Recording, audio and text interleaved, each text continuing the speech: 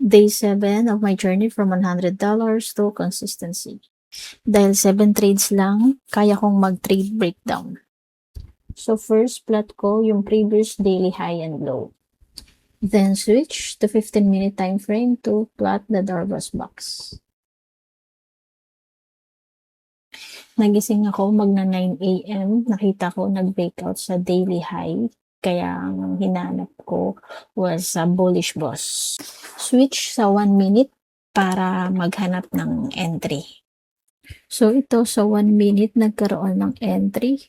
Nagpakita pa kasi yan above daily high. Dito nag-breakout pero dito na ako nakapasok. Ang problema ko pa ay 0.02 yung pinasok ko. Pero okay lang kasi manage naman yung risk nun.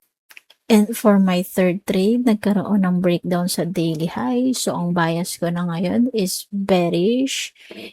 Then, di ko na nintay yung retest dito. Nagkaroon ng subtle breakout ng bearish boss. So, nag-enter na ako dito. And then, ang risk ko is nasa 0.19%, 0.20%.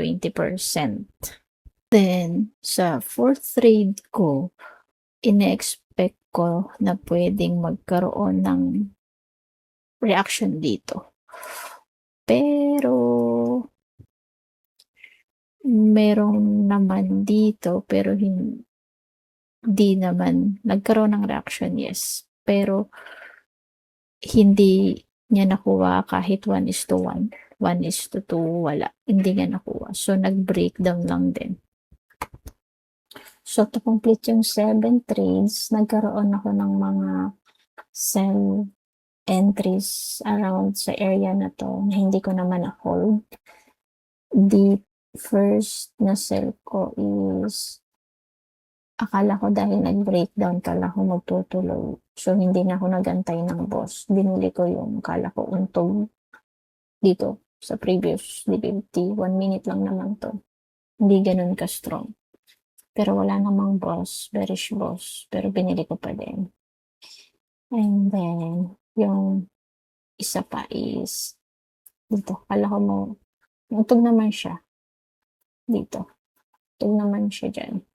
So, yan na yan. So, yan na yan.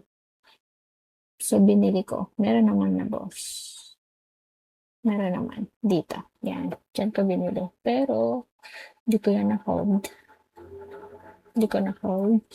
Tapos, kasi malayo na talaga sa ideal entry ng short eh.